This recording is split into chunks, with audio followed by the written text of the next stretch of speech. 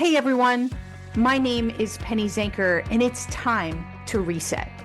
This podcast goes beyond just navigating change. It's about new ways of thinking about how you can approach challenges, how you can shift your mindset when needed, create some space and grace for yourself so that you can rethink, recharge, and reprioritize when and where needed. Are you ready to unlock your full potential? Thank you for hitting play and sharing this next episode with me. It's time to reset.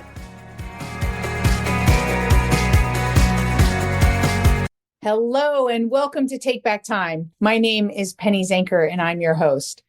And I'm always looking to have people who are going to challenge you, and they're going to support you, they're going to help you be at your best so that we can really work smarter. I think we've all had enough of working harder. It doesn't work. So let's tap into some experts that can help us to work smarter in every aspect of our life. And so I'm excited for today's conversation. Emily Jaenson is with us, and she's praised as a next level innovator and inspiring leader who lives to her motto, be so good that others won't forget you. And she's had an amazing TED Talk, 6 tips for building your confidence. And it's had over 3 million views. So pretty impressive. If anybody is aware, having that many views means that it kind of went viral and people are excited about this topic. So we know that you guys are excited to hear this. She's worked with Fortune 500 companies, sports organizations, national conferences, and much, much more. So without further ado, she also has an amazing, highly ranked podcast, Leadership in Female, and she's been featured in lots of interviews and things like that. So we're excited to get started to talk. Hey, Emily, how are you? Hey, I'm great. Thanks for having me, Penny. So why is confidence, let's just dig right in. Why does confidence actually have an impact or value on us working smarter? How can we get more out of life when we're confident? Oh boy, where do I start? It is hugely instrumental in helping us to reach our goals. So whether those are in the workplace or at home in your personal life, you need the confidence to challenge yourself to exit your comfort zone and pursue your next biggest opportunity. And so many of us lack confidence. Confidence is a skill. So many believe that you were born with it or you weren't. And that's just simply not true. Confidence is a skill that you can build over time. And some people listening might say, oh, I'm confident enough. I got this. But that's wonderful to believe that confidently in yourself. But the thing with any skill is that you're not always at an A+ level, right? Even if you're the world's greatest golfer, you have a bad day, right? So these confident behaviors teach you how to continuously exit your comfort zone to grow your confidence to get through hard things and challenge your next biggest goals. I want to pop in there because it's lots of stuff to unpack and then we can continue to move on with it. So what I'm hearing you say is that it's the confidence that helps us to go outside of our comfort zone. What about day-to-day things as well? So, is it just for growth and for getting to the next level, or is it also just for everyday interactions? It's for everything. It integrates into our entire life. Every morning when you wake up, right, you've got this, a lot of us are using our online calendars, right? They're plugged into our phones.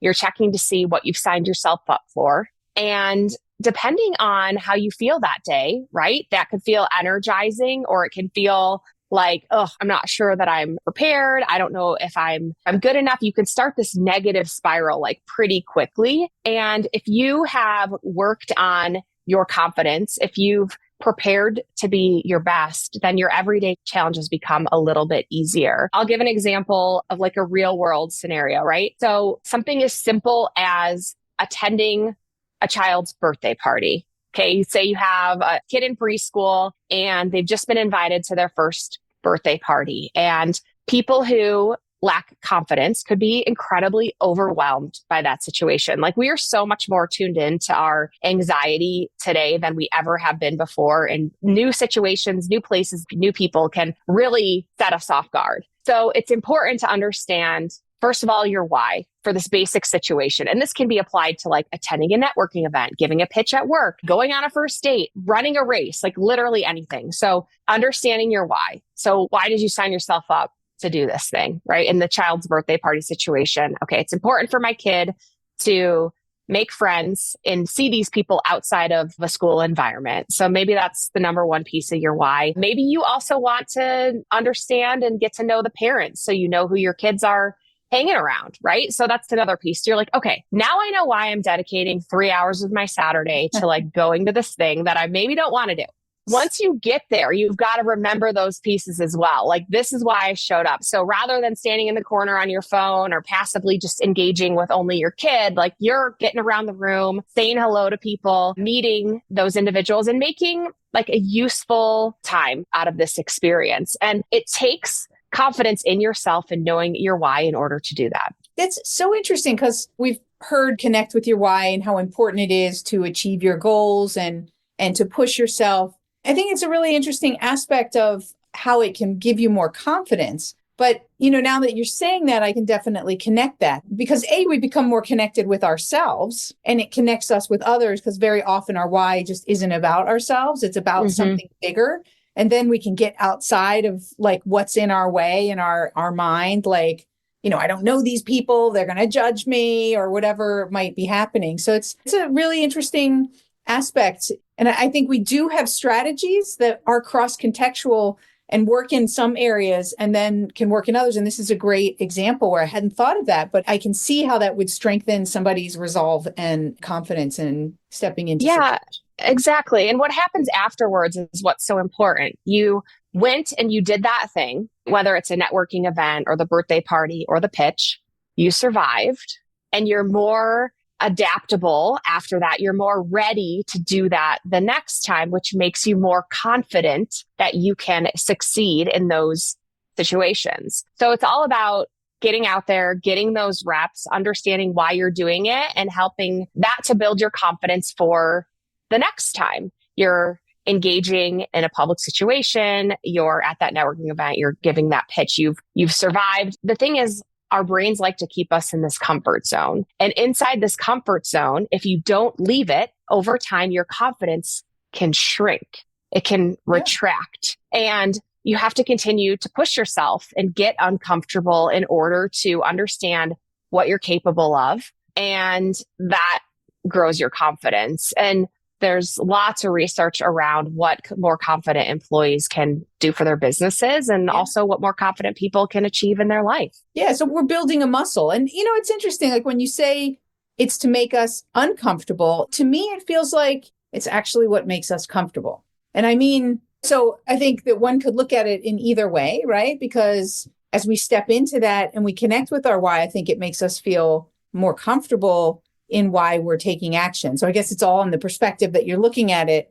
But of course, stepping outside your comfort zone builds resiliency and confidence in that way to continue to do that. So that's very interesting. You said you had a couple of skills. So stepping into your why and connecting with that is one of them. What else can people do to build that skill? Yeah, well, I'll give you a great behavioral tip. But before we jump in, I wanted to say a little more about the discomfort piece. So getting uncomfortable leads to comfort.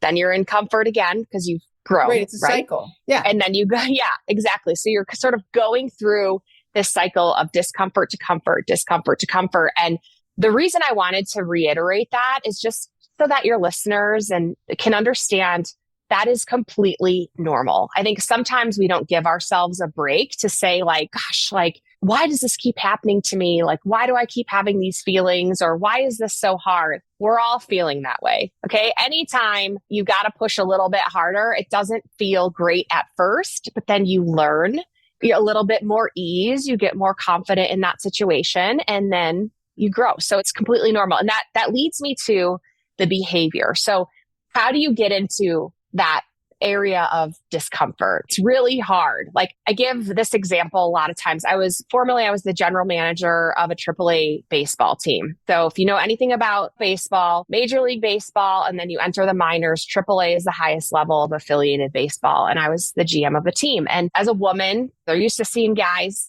in the clubhouse, on the field, like leading in these organizations. So things were greatly uncomfortable for me at first as I was showcasing like what I could do and how I could lead this team. And there's this one instance where we were about to start a game. It was televised.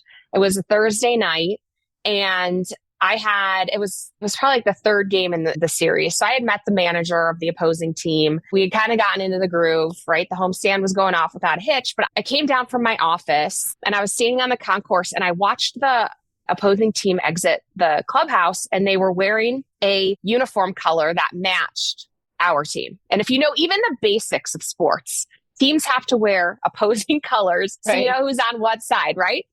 Even in baseball.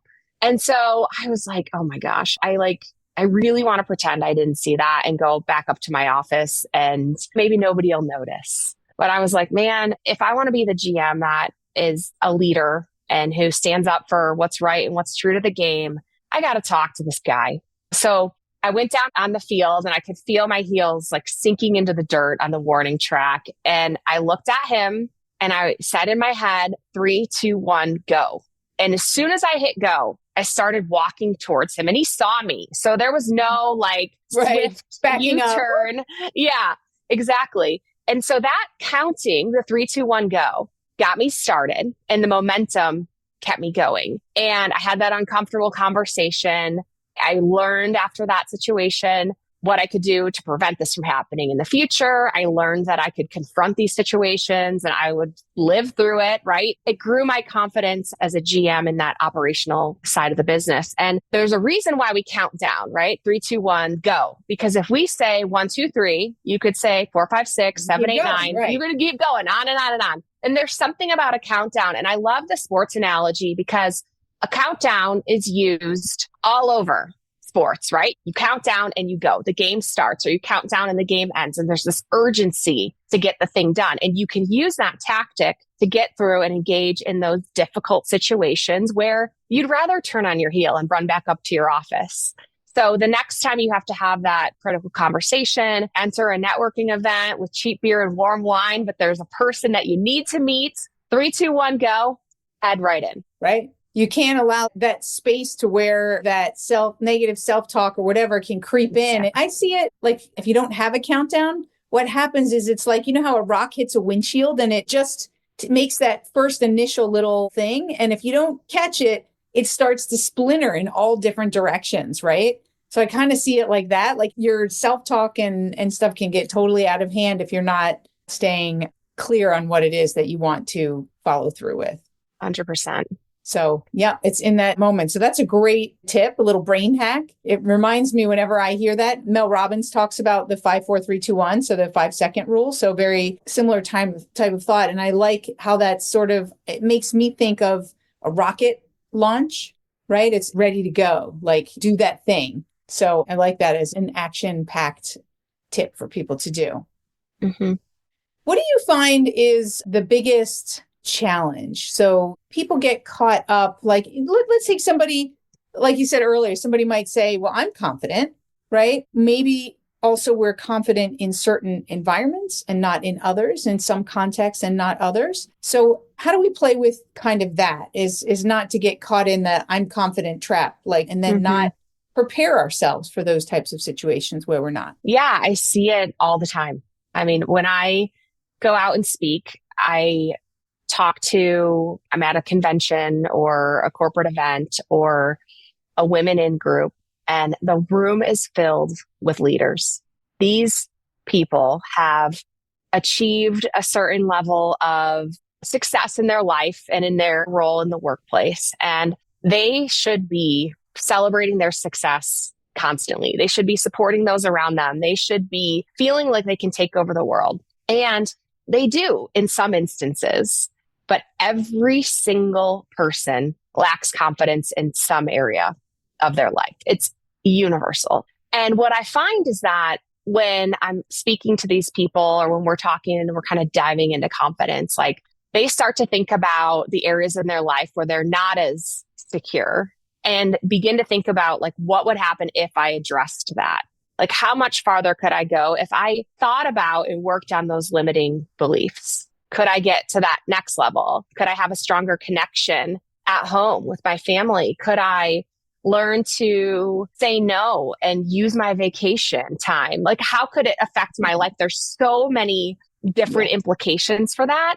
And it is universal that we are not wholeheartedly confident 100% of the time in 100% of the situation. So my challenge is, and it's hard, right, is to think about like, what are those areas in your life where you don't feel as confident and what would happen if you worked on it? I'll give a great example just from my personal life. So I was raised in a small town. My family was super hardworking. My dad was a blue collar guy, but he had like 10x'd his life from growing up in poverty. My mom as well. We were in a small town. We had a great life, but it wasn't flash, right? We weren't at that level, like nowhere close. And I was taught my whole life, save, pinch your pennies, like my money from my birthday cards was rolled up in my sock drawer, for like I wouldn't spend a dime. And so I had all these like limiting beliefs around money. I would try just not to spend a lot. And I never looked at my expenses. I knew what the money was in my bank account. I just tried to make it incrementally larger.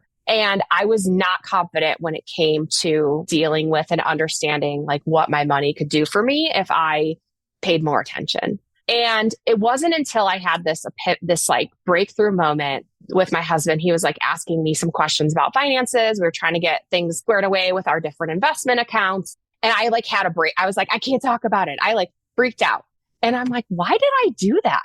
Why did I have that reaction? And when I really allowed myself to think about it and get uncomfortable, I was like, oh, like I have no confidence in money. Like I don't know anything about this. So it's time to get curious and explore a little more and build my confidence, ask some questions and get really uncomfortable. And I did. Like I have spent a lot of time getting more comfortable with finances and how to grow money, how to create wealth, like what to do in these situations, like all of this, all because I recognize like, man, if I don't do something about this area, like I'm going to stay here forever. And I'm going to only think about how I should just save my way to success and not open up my ideas on how I could grow in this department. I think that's just a great example because I'm sure as I'm talking about this, people's lack of confidence might not exist in the finance arena, but they might be thinking like, oh, I really have that feeling about this.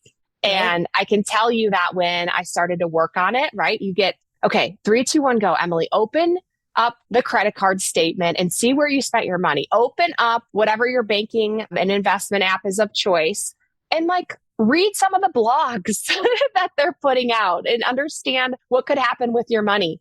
Okay. All right. I learned a little bit. All right. Now I'm going to take that information and I'm going to talk to somebody about it. I'm going to talk to my friend about it and start to build up your confidence in these areas where you're lacking and see what happens. It is wild when we can excel in those areas we're really good at, but what's sort of feeding into that if you did a little bit more, like, could you get on that rocket ship? Yeah, absolutely. I think it's important that you explained it like when you realize, why did I react that way? I kind of call these things reset moments because it makes us so hyper aware. Is that me? Why did I act that way? And then you got some new awareness and a new perspective from it because you were able to allow yourself in the moment in a way to reset, to take on a new perspective. So I wrote down something for myself. I don't know if there's anything else you want to say on that, but it triggered something that I wanted to ask you. Is there anything else that you want to say around that piece? No, let's go. Okay. So what came up for me is you mentioned something also about work and you said the ability to say no, like not work on vacation because this is your time, right? And I think that's a huge problem where people don't have confidence. So you've said if there's one area, right? So for some people it might be finances. For some people, it might just be their need to please everyone else and not to say no. So I'd love that we just kind of open up that conversation a little bit and give people some tips on how they can be more confident in saying no and holding their boundaries and being confident in the boundaries that they set and to set them. And so I'd love to hear what your thinking is on that. Yeah, absolutely. That's hard. It's really hard because if you're someone who's an achiever and going after your goals, you've got to the point of success in your life and with your family because you have said yes, right? You've said yes to promotion. You've said yes to extra work. You've said yes when they asked you to move and take on a new role. Like we've been built in this capacity to say yes and accept more, to achieve more. So when you're asked to then, hey, you're at this level, or let's flip that switch. And you actually have to start operating with no. Like, how do we do that? Right. So do you think it's like a certain level, like you have to say yes to a certain point, and then you just need to recognize where you need to start saying no? I do think that early in your career or when you're starting something new, you have to open yourself up for opportunity. And that means saying yes. And in those opportunities is where you can build your confidence to be better at your job, better managing your employees. Like you have to do the work in order to have the privilege to say no and the privilege to set those boundaries. And I'm talking about like in the workplace, like there's plenty of personal boundaries that you should be setting your whole entire life. So I'm speaking specifically that trajectory inside the workplace. But there's a certain point where you get to this level where you're in charge, or maybe you're managing a group of people, or you're running the company, or you're in a leadership role, and you have to start flexing your no. And this is incredibly important because you have a very valuable skill set. And if you're asked to spread yourself too thin, the reason you got to where you are, that circle of genius,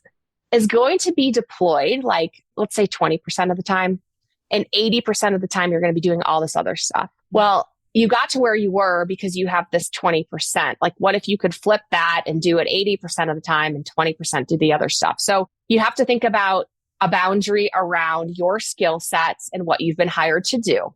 Learning to say no to the extra can give other people opportunities. So when you have a hard time with yourself, like I always recommend making it other focused. So if I say no, what does that mean for other people? Okay. Mm-hmm. If I say no to this project, but I can give it to this junior on my team, what can it do for that person to work more independently? Or if I'm on vacation and I say, I'm not taking meetings, I'm putting up out of office, I'll talk to you guys in 2 weeks or whatever it is. Team, this is what I need you to do while I'm gone.